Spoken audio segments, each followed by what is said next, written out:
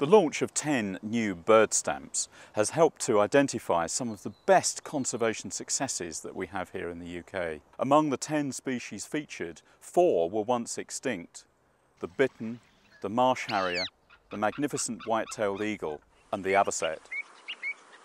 We work very closely with the RSPB, and we always work closely with professional organisations and experts to make sure the stamps are totally accurate.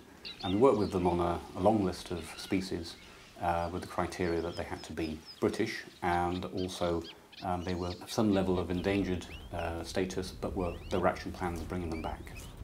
When the avocet became extinct back in the 1840s in Britain, largely through persecution and habitat destruction, many people feared that this elegant black and white wading bird would never grace our shores. But thankfully, just after the Second World War, this bird managed to recolonise Britain.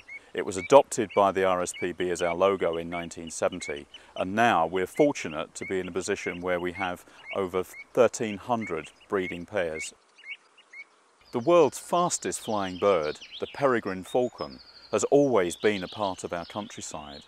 But sadly, centuries of persecution, followed by poisoning by agricultural chemicals in the 1960s, left this bird in a very perilous state. But thankfully, with the banning of these chemicals, the peregrine has bounced back, and now there are more peregrines probably in central London than there are in some of our most remote countryside. There's literally going to be millions of these stamps on letters.